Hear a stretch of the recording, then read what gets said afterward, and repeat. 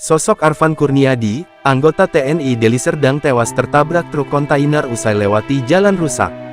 Kecelakaan dialami oleh dua orang anggota TNI di Linsum kawasan tikungan Pasar 7 Desa Wonosari Kecamatan Tanjung Morawa Kabupaten Deli Serdang, Rabu, tanggal 22 Januari tahun 2025. Dalam kejadian ini anggota bernama Arfan Kurniadi Sitepu meninggal di tempat, sementara satu orang rekannya berhasil selamat.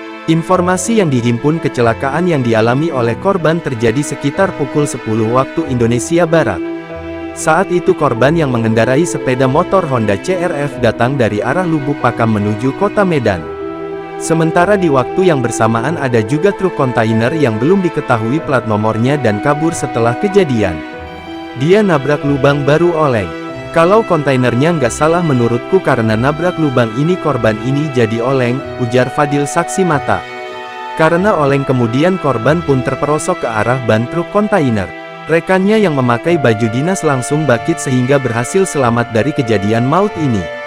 Dari keterangan warga sudah banyak warga yang menjadi korban akibat adanya lubang yang ada di Linsum tepatnya depan pergudangan Wiralan.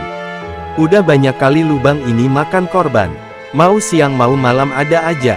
Kalau orang yang jarang-jarang melintas kasihan kita karena nggak paham kalau lubang itu berbahaya. Kayak ginilah kejadiannya karena ada airnya. Bilang bang di aspal ini sama pemerintah, kata ijal warga lainnya. Rekan korban kepada warga menceritakan mereka bertugas di 122 Siantar.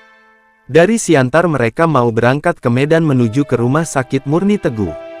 Setelah melihat rekannya meninggal dunia rekannya itu pun tampak panik. Ia terdengar langsung melaporkan kejadian kepada pimpinannya.